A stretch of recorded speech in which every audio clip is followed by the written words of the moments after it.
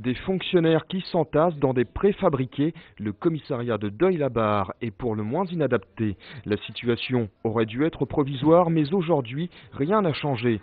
Le maire de la ville, lui, attend toujours son commissariat dans une circonscription de 45 000 habitants.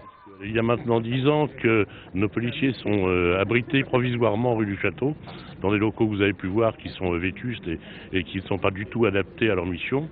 Et puis d'autre part parce que le positionnement du commissariat provisoire actuel est tel que les interventions des policiers sont extrêmement difficiles et longues. Depuis bientôt 10 ans donc, les policiers ont trouvé refuge dans des préfabriqués à 500 mètres de leur ancien commissariat. Devenu vétuste, le projet prévoit sa démolition pour construire de nouveaux locaux sur ce même terrain. En 2005, la région avait voté 2,5 millions d'euros pour financer la rénovation, mais l'État, de son côté, n'a pas suivi.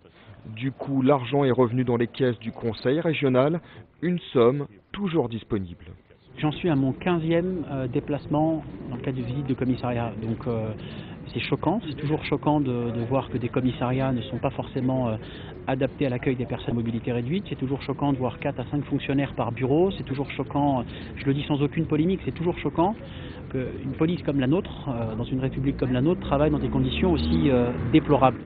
Il y a un an, ce commissariat avait même reçu la palme peu élogieuse des 17 d'or, une récompense décernée par les syndicats qui l'avaient alors classé hors compétition pour sa vétusté. C'est pas un cas isolé, faut savoir qu'on avait fait un reportage 17 d'or septembre 2010 l'année dernière où on pointait du doigt les commissariats les plus dégradés, mais il est bien évident qu'on aurait pu attribuer des 17 d'or à d'autres commissariats. Donc les plus dégradés aujourd'hui sont toujours, même si effectivement il y a eu un effort considérable de fait sur le papier, il y a des projets qui sont en cours, mais à ce jour nous n'avons toujours pas vu de première pierre mise à l'édifice.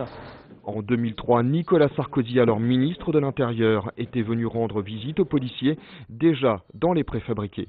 Il leur avait assuré faire le nécessaire. 8 ans après, rien n'a changé.